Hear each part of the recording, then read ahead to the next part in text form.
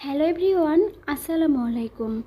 আজকে আপনাদের সঙ্গে শেয়ার করছি একদম সহজভাবেই পারফেক্ট জিলাপি রেসিপি। এটি খুব সহজেই তৈরি করে দেখাবো, যেন পুরো রেসিপি একবার দেখলেই বাসায় খুব সহজেই আপনারা তৈরি করতে পারেন। আশা করছি এই রেসিপি আপনাদের কাছে অনেক ভালো লাগবে। কথা না বাড়িয়ে চলুন দেখে নেওয়া যাক মূল প্রস্তুত প্রণালী।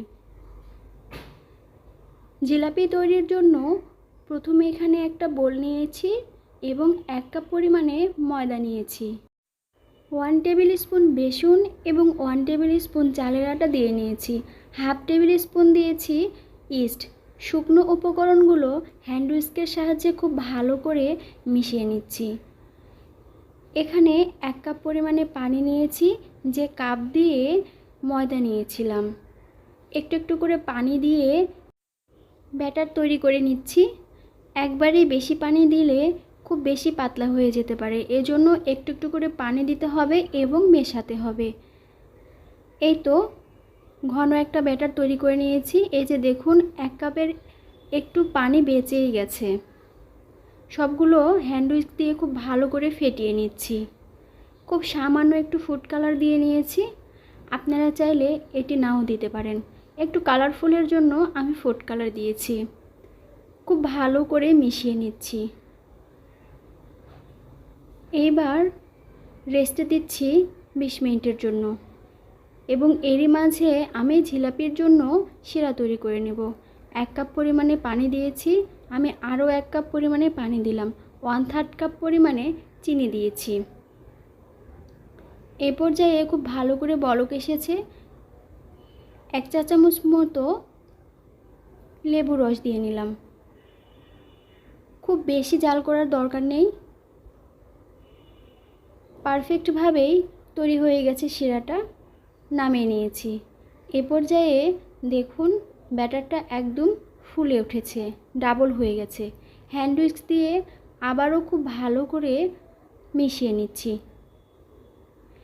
খুব ভালো করে ফেটিয়ে নেওয়া হয়ে গেছে। পাইপিং ব্যাগে উঠিয়ে নেব।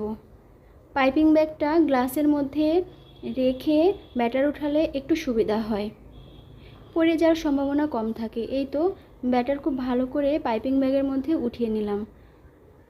চুলায় একটা পাত্র দিয়েছি, পর্যাপ্ত পরিমাণে সয়াবিন তেল দিয়ে দিলাম। তেল কেমন গরম হয়েছে একটু চেক করে নিয়েছি।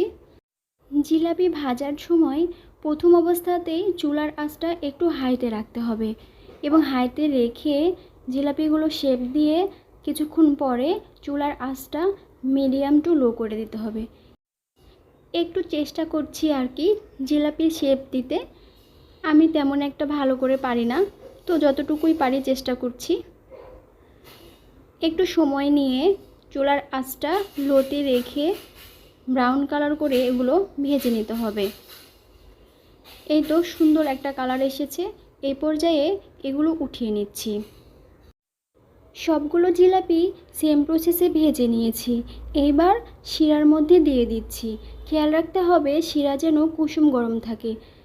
শিরা খুব বেশি গরম থাকলে জিলাপিগুলো নরম হয়ে যাবে। এই তো শিরার মধ্যে ডুবিয়ে 5 সেকেন্ড পরেই উঠিয়ে নিতে হবে। সবগুলো জিলাপি সেম প্রসেসে শিরার মধ্যে ডুবিয়ে আমি উঠিয়ে নিয়েছি। দেখে নিশ্চয় বুঝতেই পারছেন কতটা রসালো হয়েছে। এই জিলাপিগুলো দেখতে যেমন সুন্দর, খেতেও ভীষণ সুস্বাদু। উপরটা ক্রিস্পি এবং ভেতরে একদম রসালো।